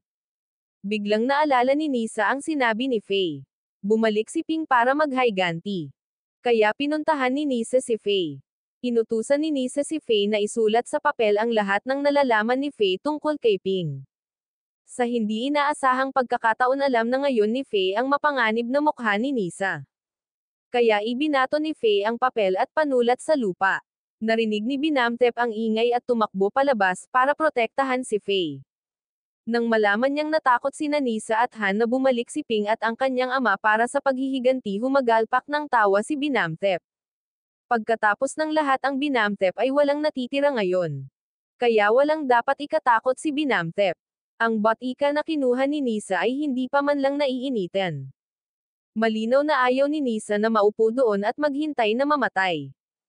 Sa gabi, sinamantala ni Faye ang sandaling wala si Nisa para biglang tawagin si nanay. Nang marinig na maaaring ibuka ng kanyang anak ang kanyang bibig para magsalita, labis na nasasabik si Binamtep. Partikular na sinabi ni Binamtep sa pinsan ni Faye na ilihim ito. Sa gilid na ito, nagkita muli sina Pingpong at Uncle Trang sa acupuncture shop. Matapos hanapin ang ama ni Ping buong araw nang walang anumang pahiwatig na isipan ni Pong na humingi ng tulong sa opisyal na si Liu. Pagkatapos makipagkita humingi ng tulong si Pong kay Officer Liu ngunit nahuli siya ni Officer Liu bilang ganti. Sinabi ni Opisyal Liu kay Pong na hanggat sinabi ni Pong ang lahat si Opisyal Liu ay magpapakilos ng puwersa ng pulisya upang tulungan si Pong sa paghahanap. Ang hindi alam ni Pong ay ang taong nagligtas sa ama ni Ping noong umaga ay si Officer Liu. Matapos mag-chat ng ilang sandali ikinwento ng ama ni Ping ang buong pangyayari 5 taon na ang nakalilipas. Si Officer Liu ay isang taong pinahahalagahan ang hustisya. Sinabi ni Opisyal Liu sa ama ni Ping na kahit sinong mga interes ang nasasangkot gagawin ni Opisyal Liu ang kanyang makakaya upang maibalik ang hustisya sa ama ni Ping. Sumang-ayon din ang ama ni Ping kay Officer Liu na hindi siya tatakbo sa panahong ito. Sa oras na ito nakatanggap si Officer Liu ng tawag mula kay Cho na nagtatanong tungkol sa kinaroroonan ng ama ni Ping. Naging maingat si Officer Liu at nagpas siyang itago ang katotohanan.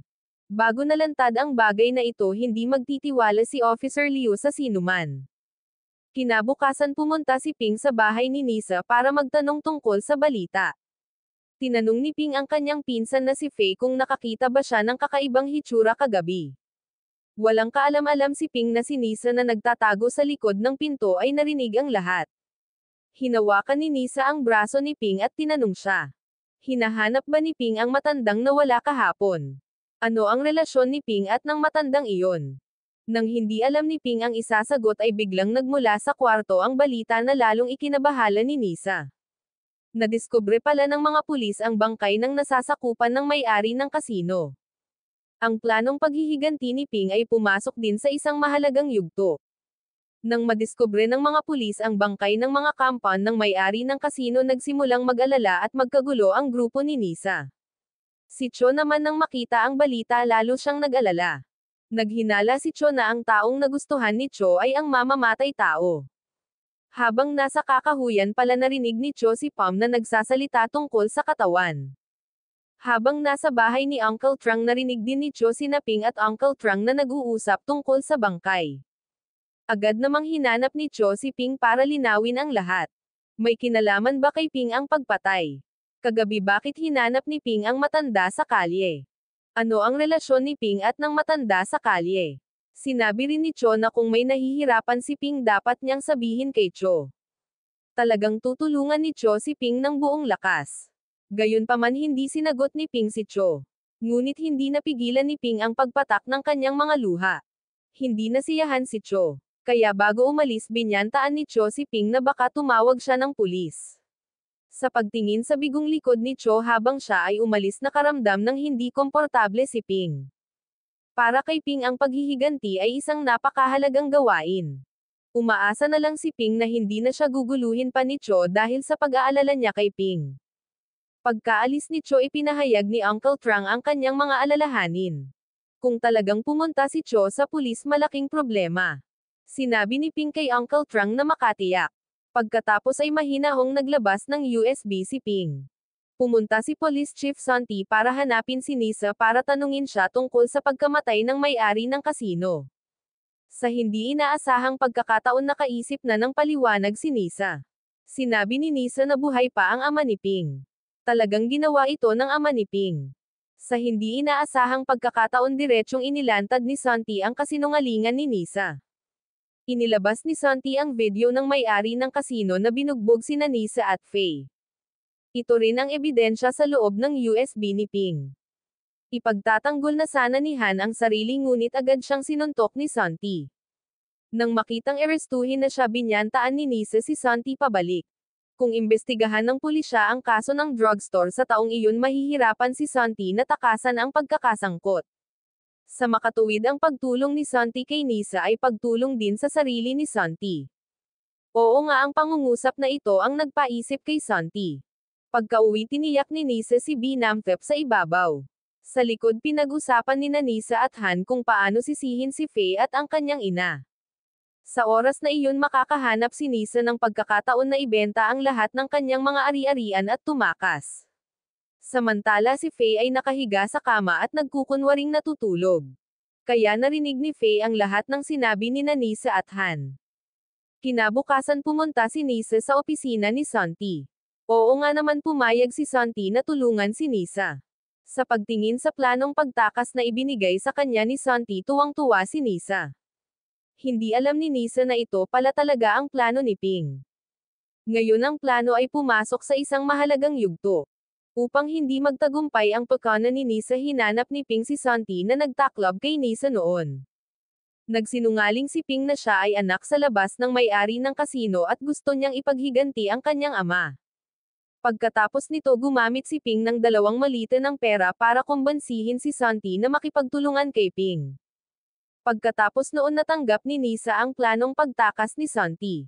Kasama dito ang mga tagubilin kung paano pekain ang pinangyarihan ng krimen.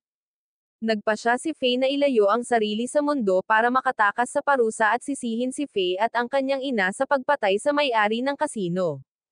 Nang makita ang plano, masayang pumayag sina Han at Nisa na sumunod. Nagplano sina Nisa at Han na kumilos bago magdilim. Samantala, sinusubukan pa rin ni Ping na hanapin ang kinaroroonan ng kanyang ama. Sa hindi inaasahang pagkakataon, biglang bumalik ang ama ni Ping. Nag-aalalang tanong ni Ping sa kanyang ama, hindi niya namalayang nakatayo na pala si Cho sa pintuan.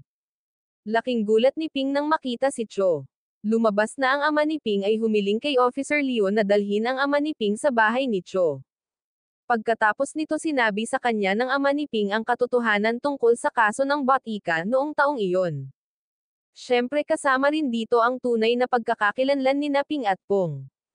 Sa pagbabalik sa kasalukuyan, pinayuhan ni Cho si Ping na huwag ituloy ang paghihiganti at ipaubaya ang lahat sa pulis na haharapin. Mariing pinayuhan din ng ama ni Ping si Ping na iwanan na ang puot ngayon. Si Ping ay hindi naiiba kay Nisa noon. Kung matigas pa rin ang ulo ni Ping at gustong maghiganti, hindi man lang naisip na makita itong ama. Upang maiwasang masira ang plano, pansamantalang pumayag si Ping sa kahilingan ng kanyang ama. Pagsapit ng takip-silim, nagsimulang kumilos si Nisa. Pinilit ni Nisa at Han si Faye na uminom ng mga pampatulog. Natuklasan ni Binamthip na may mali at sinubukang tumakas, ngunit nawalan din siya ng malay ni Han. Nang may sakay si Binamthip at ang kanyang anak sa kotse para umalis sa sandaling iyon, ay bumalik ang pinsan ni Faye at nakita ang eksenang ito. Walang magawa si Nisa kundi linlanggan ang pinsan ni Faye na sumakay sa kotse niya. Pagsakay nila sa kotse, natuklasan ng pinsan ni Faye na punong-puno ng dugo ang mukha ni Binamthip. Sa sandaling iyon, binigyan ni Faye ng telepono ang kanyang pinsan. Sa hindi inaasahang pagkakataon, ang eksenang ito ay nakita ni Nisa. Napagtanto ng pinsan ni Faye ang panganib at agad na tumakbo palayo. Ngunit sa hindi inaasahang pagkakataon, tumakbo ang pinsan ni Faye sa bahay. Makalipas ang ilang sandali ng paglalaro ng pusa at daga, sa wakas ay napatigil ang pinsan ni Faye sa balkonahe ng ikalawang palapag. Mabuti na lang at matapang ang pinsan ni Faye na tumalon diretso mula sa ikalawang palapag para makatakas sa panganib. Bagamat alam ni Nisa na ang nasa loob ng telepono ay hindi kapaki-pakinabang para kay Nisa, ang pakikitungo kay Binamthip at sa kanyang anak ay napakahalaga at kailangang gawin kaagad. Kaya naman nagpatuloy si Nisa sa pagmamaneho patungo sa lugar na napagkasundoan ni Santi. Pagkatapos magpulong, hindi na masyadong nagsalita si Santi at mabilis na nagtalaga ng mga tao para gawin ang gawain. Inilagay ni Nisa at Han sina Binamthip at ang kanyang anak sa drivers at passenger seat. Hindi kalayuan sina Ping at Pong, pinagmamasdan ng mabuti ang buong proseso. Sa mga oras na ito, inutusan ni Santi ang kanyang mga nasasakupan na hawakan ang mga natitirang usapin. Bumalik si Santi sa sasakyan at naghintay. Gayunpaman, minaliit ni Santi ang kakayahan ni Nisa. Ang subordinate na nagtangkang barilin si Nisa ay binaril at napatay ni Nisa. Ngayon alam na ni Nisa na gusto din ni Santi na patayin sina Nisa at Han. Kaya agad na nagtago sina Han at Nisa sa likod ng sasakyan para pagmasdan ang mga galaw ni Santi. Kasabay nito, biglang nagising si Binamthip. Bumaba ng sasakyan si Binamthip at kinuha ang stick sa lupa. Pagkatapos ay ginamit ni Binamthip ang patpat para tamaan si Han. Nakita ito ni Nisa at sinadya niyang barilin si Binamthip. Ngunit mabilis na ginamit ni Binamthip ang patpat para matamba ang baril. Pagkatapos ay mabilis na kinuha ni Binamthip ang baril. Habang nag-aaway sina Binamtip at Nisa dahil sa baril, tumakbo si Santi na may dalang baril para patayin siya. Nakita ito ni Han at hinawakan niya ang binti ni Santi para protektahan si Nisa. Sa hindi inaasahang pagkakataon, walang awang binaril ni Santi si Han. Agad na hinayla ni Santi ang gatilyo kay Nisa. Sa hindi inaasahan, mabilis na kinuha ni Nisa si Binamtip bilang isang kalasag. Natakot si Nisa at agad na pinulot ang baril sa lupa. Sakto nang nagpaputok si Santi kay Nisa, binaril din ni Nisa si Santi. Kasabay nito narinig ni Faye ang boses ng kanyang naghihingalong ina at sinubukan niyang gumapang papunta sa kanyang ina. Nakita ito ni Ping at Pong at lumabas din. Hindi pa rin maintindihan ni Nisa kung bakit nandito si Ping. Ngunit si Faye ay bumubulong na at nagmamakaawa kay Ping na iligtas siya. Noon lang nalaman ni Nisa na si Ping ang dating 70 kilo fat master ni Nisa. Patuloy na humihingi ng tawad si Nisa, umaasang mapatawad ni Ping si Nisa. Nangako si Han na ibabalik lahat ng asset ni Ping. Ngunit hindi kailanman maniniwala si Ping sa mga kasinungalingang ito. Ayaw nang makinig ni Ping sa mahabang salita ni Nisa at Han. Agad ding sinimulan ni Pong ang kanyang trabaho. Itinulak ni Pong sina Nisa at Han sa drivers at passenger seat. Ang layunin ay upang pekain ang pinangyarihan ng krimen. Sa pagpili ni Nisa at Han na ilayo ang kanilang sarili sa mundo. Sa oras na ito, ayaw ni Santi tahimik na itinutok ang baril kay Ping. Biglang umalangaw-ngaw ang dalawang putok ng baril. Natamba si Santi nakahiga na hindi gumagalaw. Si Officer Lu pala ang bumaril. Bago iyon, naglagay si Officer Lu ng wiretap sa opisina ni Santi. Dahil doon narinig ni Officer Lu ang plano ni Nisa na takasan ang parusa. Nang maglaon, natagpuan ni Officer Lu ang lugar sa pamamagitan ng GPS sa kotse ni Santi. Gustong payuhan ni Cho si Ping na huwag na ulit gagawa ng kalokohan. Ngunit sa hindi inaasahang pagkakataon, nagpaputok si Ping at binyantaan si Cho na huwag lumapit. Agad na tinutok ni Officer Lu ang baril kay Ping. Babala kay Ping na ang paggawa nito ay labag sa batas. Sa hindi inaasahang pagkakataon, biglang pinaandar ni Nisa ang sasakyan. Hindi ito pinansin ni Nisa at pinaatras ang sasakyan patungo kay Ping. Dahil doon, nasagasaan ni Nisa si Faye gamit ang kanyang sasakyan. Takot na takot si Ping kaya doon lang siya makatayo. Agad na lumabas si Cho para iligtas si Ping. Pero nabangga si Cho ng sasakyan. Sa oras na ito, umalangaw-ngaw mula sa malayo ang tunog ng sirena ng sasakyan ng pulis. Hinablot ni Pong ang baril ni Officer Lu sa kamabilis na kinaladkad si Ping. Kinabukasan, hindi pa rin nagpakita ng senyales ng paggising si Cho. Naglabas ang pulisya ng wanted notice sa buong lungsod para kay Ping at Nisa. Si Faye naman, matapos masagasaan ng sasakyan, hindi na siya nagtagal. Ibinigay ng pinsan ni Faye ang telepono ni Faye kay Officer Lu. Ang telepono ni Faye ay may video ng pag-amin ni Faye sa lahat ng mga krimen na kanyang ginawa. Kasabay nito, humingi din ng tawad si Faye kay Ping. Ang buhay ng hamak na Faye na iyon ay opisyal na nagwakas dito. Namatay si Faye na nakadilat ang mga mata. Sa mukha ni Faye ay luha ng huli na panghihinayang. Gayunpaman, sino ang maaaring sisihin ni Faye? Si Faye ay nakagawa ng maraming masasamang bagay sa kanyang buhay.